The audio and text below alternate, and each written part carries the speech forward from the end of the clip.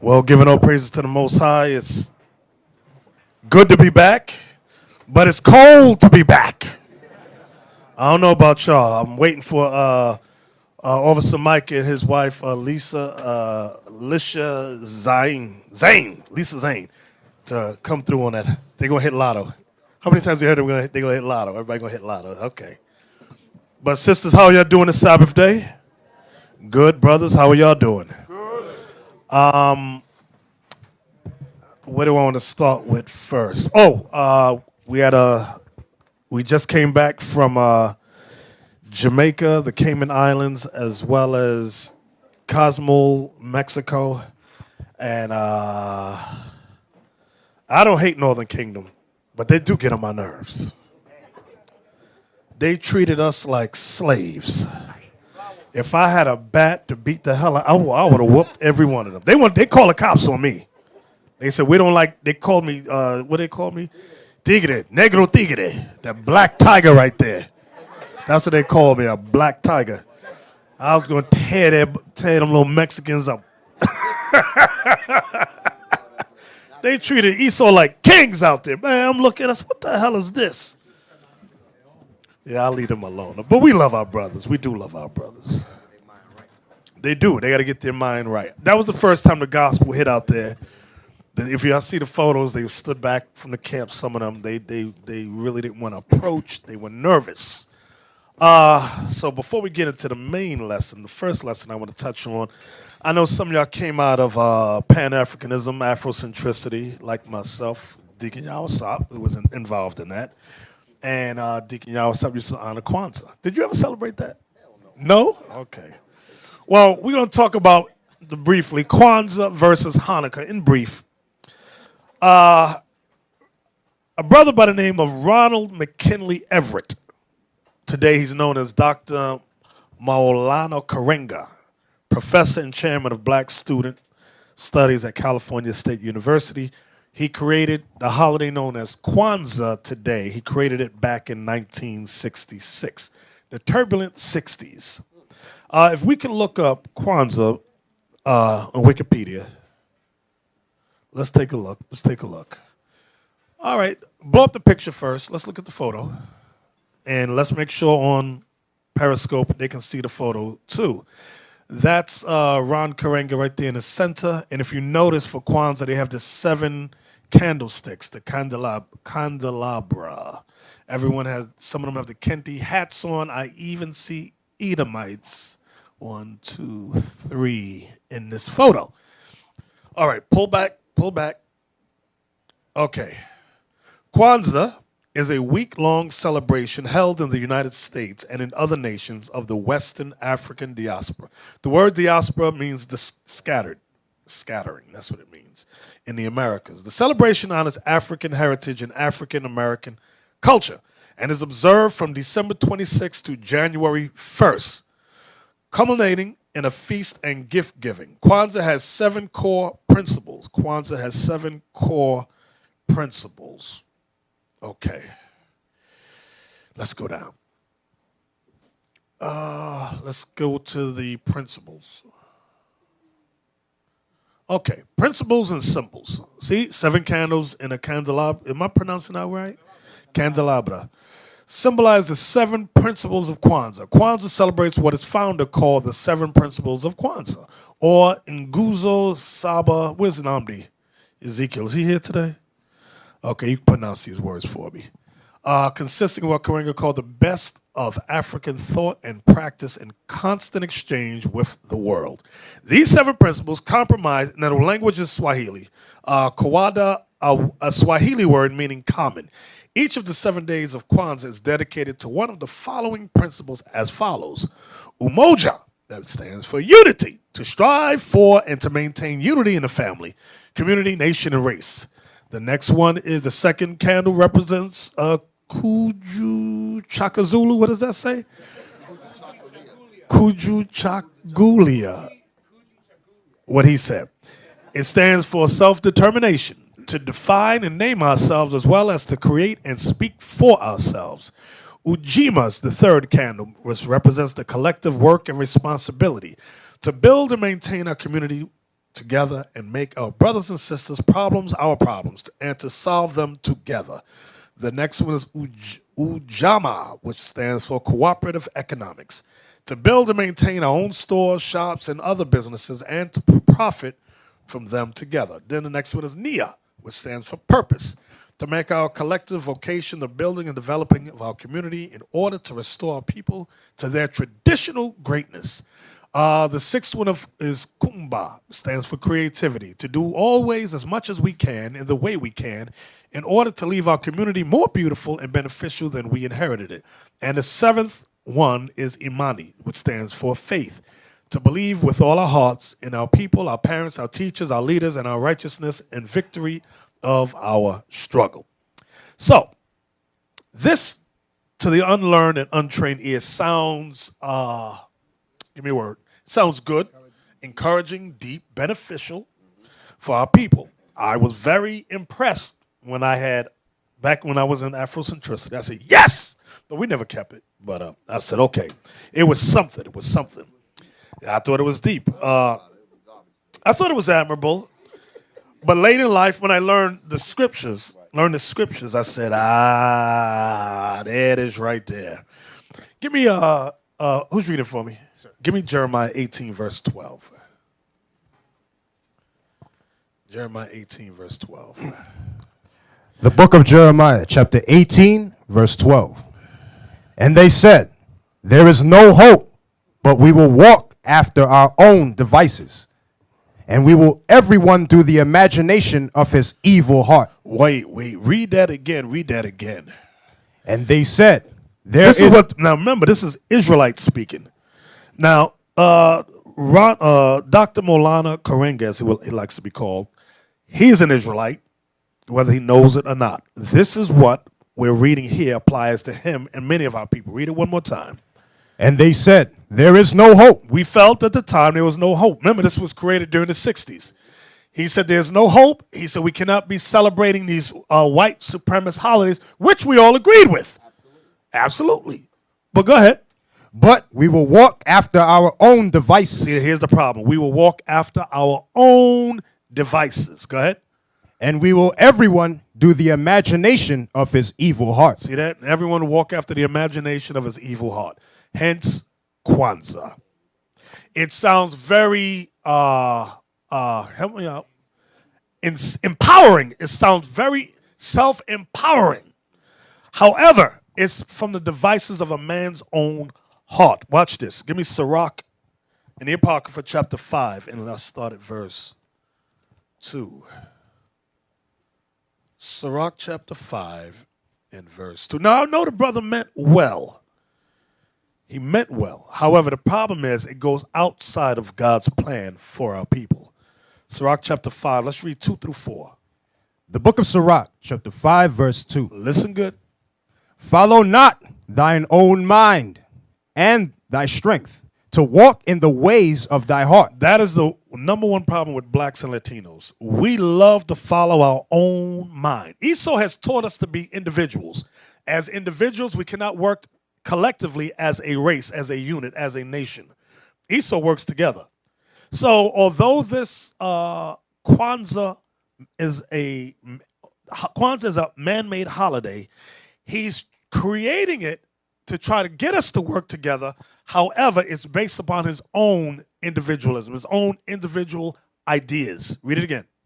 Follow not thine own mind and thy strength to walk in the ways of thy heart. Go ahead. And say not, who shall control me for my works? And say not, who shall control me for my works? I want you all to remember there is a God who does tend to get angry with our people for doing foolishly. Go ahead. For the Lord will surely revenge thy pride. See that? For the Lord will surely revenge thy pride. Come on. Say not, I have sinned. And what harm hath happened unto me? You ever notice with black people, we do evil things. This ain't nothing happened to me. I'm good. The Lord ain't do nothing to me. That's our problem. Go ahead. For the Lord is long-suffering. He will in no wise let thee go. See that? He will in no wise let thee go. Go back to Kwanzaa. Go back. I want to show you something. So meaning there's a judgment for us doing that. Now you may ask, why does the Lord judge us? The white man has done the same thing, but the white man was not given God's laws. We were. That's why he says in Amos, I will judge you. Click his name. Go back up to the top. Just click his name. Down, down, down, down. Right there. Click it. Say it on the mic. No, okay. Go down. So that's heavy what the bishop just said, that although we went from one madness to the next, and you might say, well, dealing with Esau stuff is just as bad, and dealing with this Kwanzaa thing just as bad. So you know, Esau, like you said, Esau was not given God's laws. We were, which means we have a responsibility. That's what I'm. When I think about the statement that you just said, it's making the point that we have a responsibility. We are not like other people. The Most High gave us his laws. Everybody else could be lawless because they were not given the laws. We were. And because we were given the law, we have to conduct ourselves differently. We cannot measure our actions. We cannot measure our lives by the lives of others because they were not given the laws. We were. The Most High is not going to hold them guilty in terms of keeping God's law because they weren't given to them. We were. We're responsible for keeping these laws. Exactly. So we just read in Sirach 5, say not I have sinned, and what harm hath happened unto me. For the Lord is long-suffering, and he will in no wise let thee go. Pan down. Right there. See where it says conviction for assault and false imprisonment. Now, let me just preface it by saying, I'm not saying that this is true at all, but this is what happened. It was in the news. Whether it's true or false, it was in the news. It says in 1971, Karenga was sentenced to 1 to 10 years in prison on counts of felonious assault and false imprisonment. One of the victims gave testimony of how Karenga and other men tortured her and another woman. The woman described having been stripped and beaten with an electrical cord. Karenga's estranged wife, Brenda Lorraine Karenga, testified that she sat on the other woman's stomach while another man forced water into her mouth through a hose. May 14th, 1971 article. So if anyone doubts, you can find it here. Article in the Los Angeles Times described the testimony of one of the women. Deborah Jones, who once was given the Swahili title of an African queen, said she and Gail Davis were whipped with an electrical cord and beaten with a karate baton after being ordered to remove their clothes. She testified that a hot soldering iron was placed in Miss Davis' mouth and placed against Miss Davis' face, and that one of her own big toes was tightened in a vice. Karenga, head of US, forgot the acronym it stands for, also put detergent and running hoses in their mouths, she said. They also were hit on the heads with toasters. Jones and Brenda Karenga testified that Karenga believed the women were conspiring to poison him, which Davis has attributed to a combination of ongoing police pressure and his own drug abuse. Karenga denied any involvement in the torture and argued that the prosecution was political in nature. He was imprisoned at the California Men's Colony, where he studied and wrote on feminism. Now, let's say, hypothetically, let's say there was a conspiracy against him. You still had his wife testify to certain things, and the other women testified to certain things that was done. So that's what made you go, okay. Where he studied and wrote on feminism, Pan-Africanism, and other subjects. The U.S. organization fell into disarray during his absence and was disbanded in 1974. After he petitioned several black state officials to support his parole on fair sentencing grounds, it was granted in 1975.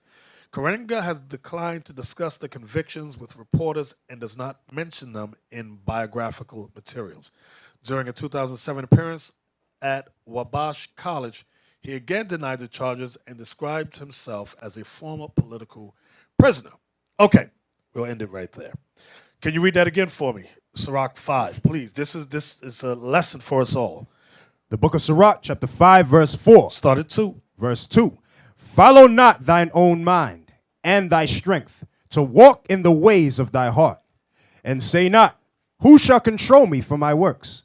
For the Lord will surely revenge thy pride. Say not, I have sinned, and what harm hath happened unto me? For the Lord is long-suffering. He will in no wise let thee go. The Lord will not let you go. If you're in your own, I'm going to create things, I'm going to make stuff up. Most High says, all right, I got something for you. I got you. Give me Exodus. So, the 7-branch candelabra is plagiarized. It's basic plagiarism. Where do you get it from? The Bible. Watch this. Exodus 25, let's start at verse 31. So those of you who may have or may still be practicing Kwanzaa, stop it. It's not of God. It is not of the Lord. It is man-made. It is plagiarized from the holy scriptures of our ancestors, the Israelites. Exodus 25, verse 31. Let's start there. The book of Exodus, chapter 25, verse 31. And thou shalt make a candlestick of pure gold. Of beaten work shall the candlestick be made. His shaft and his branches, his bowls, his knops, and his flowers shall be of the same. And 6 branches shall come out of the sides of it. So you had one large shaft. It says, and out of the sides of the shaft, what would happen? And 6 branches shall come out of the sides of it. So 3 came out of one side, 3 came out of the other. Go ahead. 3 branches of the candlestick out of one side, and 3 branches of the candlestick out of the other side. 3 bowls made like unto almonds, with a knot and a flower in one branch, and 3 bowls made like almonds in the other branch, with a knot and a flower. So the 6 branches that come out of the candlestick. And in the candlestick shall be 4 bowls made like unto almonds, with their knops and their flowers. So they were very heavily designed. Go ahead. And there shall be a knot under 2 branches of the same, and a knot under 2 branches of the same, and a knot under 2 branches of the same, according to the 6 branches that proceed out of the candlestick. Their knops and their branches shall be of the same. All it shall be beaten work of pure gold. And thou shalt make the 7 lamps thereof, and they shall light the lamps thereof, that they may give light over against it. And the tongs thereof, and the Snuff dishes. snuff dishes thereof shall be of pure gold. The snuff dishes, how they put it out, how they put the fire out. Go ahead. Of a talent of pure gold shall he make it, with all these vessels. And look that thou make them after their pattern, which was showed thee in the mount. The mount was when Moses went up. God showed Moses the design of what he wanted it to look like. So Moses had to get artificers to design it exactly the way the Most High described it to him. Give me 1 Maccabees chapter 1. All I want is verse 21. So we are not to follow the Kemetic community in the celebration of the Swahili man-made custom called Kwanzaa. We are to celebrate Hanukkah. Hanukkah is a Hebrew word for dedication. That's what it means. Hanukkah is a Hebrew word that means dedication, and we're going to show you that further. Read that. 1 Maccabees chapter 1, verse 21. And entered proudly into the sanctuary, and took away the golden altar and the candlestick of light. So the candlestick of light is what we just read in the book of Exodus chapter 25. The candlestick of light was huge. Abiel, can you show me a picture of the Ark of Triumph when Rome came in? I want to show you the size of it. Okay, I want y'all to get a visual. Many times people think we made the design of the 7-branch menorah up. No, we didn't. God said there were 7 branches. 1 main shaft, 3 branches came out of one side, 3 out of the other. Well, what about the 9? There's no such thing as a 9-branch menorah in the scriptures. No such thing as an 8-branch. There's always 7. Stop listening to the white man. You got it for me? Right there. You see them carrying it out there? Look how big that thing was. It was made of pure gold. That was the description that we're reading. You see the knops? Knops is those big the designs, like round designs they got there. That's what Exodus 25 was talking about. So Rome stole all this from us, and that stuff was pure gold. Okay? So this is where the candelabra got its foundation from. Okay? From there, let's go to 1 Maccabees chapter 4. Oseas. And let's go to verse, all I want is verse 49 and 50. First Maccabees chapter 4. This is the rededication, the dedication. The book of First Maccabees chapter 4 verse 39. They made also new holy vessels, and into the temple they brought the candlestick. You see that? So the candlestick, again, is that 7-branch menorah. That's what when the Bible talks about candlestick, that's what it's making reference to. Go ahead. And the altar of burnt offerings, and of incense, and the table. And upon the altar they burned incense, and the lamps that were upon the candlestick they lighted, that it might give light in the temple. You see that? And the candlestick, which were the 7 branches, they lighted, that they might give light in the temple, because it was so big it lit up the entire temple. From there, give me Matthew chapter 5. All I want is verse 15.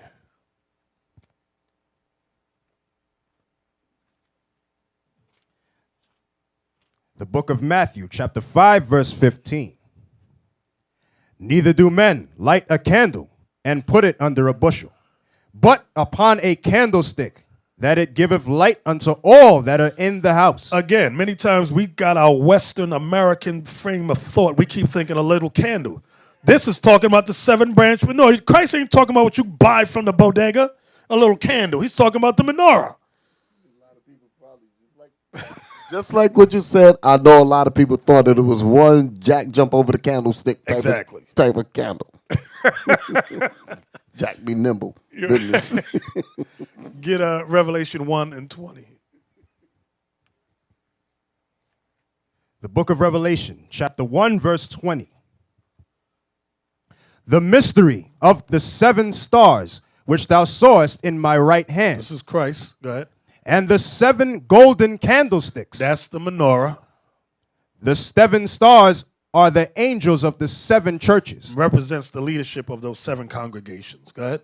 And the 7 candlesticks which thou sawest are the 7 churches. Those were the 7 major churches throughout Asia Minor. So it had a deeper meaning later on in history that the Lord already knew about. All right, so Hanukkah is a holiday about deliverance from white supremacy. Write that down. Hanukkah is about deliverance from white supremacy, just like Passover is. But Passover was from black supremacy, the damn Hamites. But Hanukkah is about deliverance from white supremacy. Get that right. Don't get it twisted, okay? We dedicated the temple back to the Most High, a temple originally built by King Solomon. Okay, this is the temple that was rebuilt. Watch this. Give me 1 Kings 6, verse 38. It took Solomon 7 years to build the temple. This is before Babylon came in and destroyed it. The book of 1 Kings, chapter 6, verse 38. And in the 11th year, in the month Bul, which is the 8th month, was the house finished throughout all the parts thereof, and according to all the fashion of it. So he was 7 years in building it. It took him 7 years to build the temple. Okay, so we honored that thing. Stay in the same chapter, jump up to verse 22. Verse 22. And the whole house he overlaid with gold. Listen, wait. We don't realize how glorious this thing looked. The whole house was overlaid with gold. This thing was beautiful. It wasn't no sheetrock like we got up in here. Gold. Right. That's why I say that when you read the scriptures, you got to take your mind and your head out of the American scene and see what the Bible is actually saying. You can't use American standards and what you learned in Babylon to try to get the mental images in your mind of what the scriptures are saying. You know, I saw a movie with King Solomon played by Yul Brynner. Oh, God. They didn't show no gold, nothing. They had sheetrock too and cement. I said, what the hell is this? Yul Brynner. What the hell is he doing playing the part of Solomon? Exactly. He should have been getting his back whipped right there on the set. From there, stay in the same chapter, jump up to verse 23. The next verse, 23 down to 28. Verse 23. And within the oracle, he made 2 cherubims of olive trees. So out of 2 olive trees, Solomon had 2 cherubims, which are angels carved. Go ahead. Each 10 cubits high. That's 20 feet high, because a cubit is about 2 feet or more. 2 feet, that's 20 feet. Go ahead. And 5 cubits was the one wing of the cherubim. Uh-huh. And 5 cubits the other wing of the cherubim. From the uttermost part of the one wing unto the uttermost part of the other were 10 cubits. So you got to imagine it. In the temple, you got an angel. You stand up. Stand up. Just face well, if it's this way. One wing went out, and hold up. One wing went out like that, and the other wing went out like this, and it held up the ceiling. Y'all got to imagine it. So when you walked in, you had a 20-foot high ceiling with two images of two black golden angels with their wings stretched out holding up the ceiling. That's beautiful. That's what you call architecture. Yeah. In the real Go. sense. That's some engineering architecture for real. Architectural images, by the way. Yeah. There you go. There you go. Images. Architectural imagery. Hey, Abiel, do me a favor, because I couldn't find it. Maybe you can. I know you're good at this stuff. In the movie, it's either Return of the King or it might be The Hobbit. They walk to some castle and you have images, huge images, as they walk in of their former kings. You know what I'm talking about? It might be Lord of one of those. Yeah. Okay. So when I saw that, because remember, J.R. Tolkien, who wrote that movie, he was he was Amalek, so-called Jewish. He based everything on the scriptures. They said he would sit around and read the Bible and make up those Hobbit, Lord of the Rings, Return of the King. Got it all from here. The Witch of Mordor and all that was from here. And the locations. Right there, you go right there. There you go. So imagine, you got to imagine, he got that from what we're reading here. With the angels with their, and they had it faces. So images are evil. God told Solomon. I'm sorry. God told Solomon to make these images. These black images. Stop listening to these undercover Edomites, because that's what I'm gonna start calling these people. Yeah, see, right. Look at the 3 ships at the bottom. Look how huge them things was. That's contrast. That's the established scale, so you can understand how big those things are. Exactly. So, in the temple was beautiful. It's hard. We got to try to sit down and draw that thing. It's just hard. You got to, because we stuck on Negro. Just try to imagine that stuff for our people. Go ahead. Thor, the first one, when it shows the castle was gold. Let me get that image real quick. I think it shows it. Give an example. Just give an example. That thing is bad. That's pure gold. So that's the temple. Imagine the temple is better than that, of course. And you see the big, is that statues on the side there? On the left? That's an example. Now Esau, of course, takes our imagery and makes it his own, but that's an idea of what you can get regarding the temple and how it was built and told to be built. Exactly. The floating city. Right. I see that floating city. Yes. Osiris, what verse did you leave off at? I was at the end of verse 24. Okay, we're reading down to 28. Okay. Verse 25. And the other cherubim was 10 cubits. Both cherubims were of one measure and one size. The height of the one cherub was 10 cubits. So was it of the other cherub. And he set the cherubims within the inner house. And they stretched forth the wings of the cherubims, so that the wing of the one touched the one wall, and the wing of the other cherub touched the other wall. And their wings touched one another in the midst of the house. And he overlaid the cherubims with gold. You see that? So it was beautiful, bro. I can't imagine this thing. So now this temple is what the Babylonians destroyed around the year 586 BC under Nebuchadnezzar. We rebuilt it under our forefather named Zerubbabel. Okay, under Zerubbabel you had Nehemiah, Ezra around 539. This was 23 years later, when the Persian King Cyrus gave the Israelites liberty from captivity.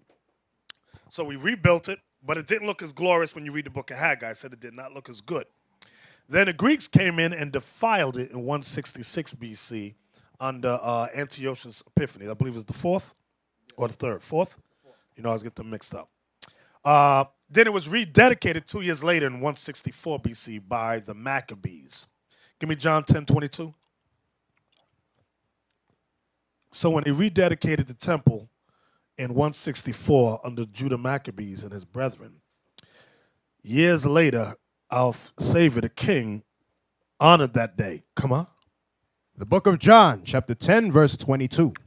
And it was at Jerusalem, the feast of the dedication, and it was winter. Y'all see that? So let me ask a question out here. How many winter holidays do we have? How many winter holidays do we have? Raise your hand. Don't everybody raise it at once.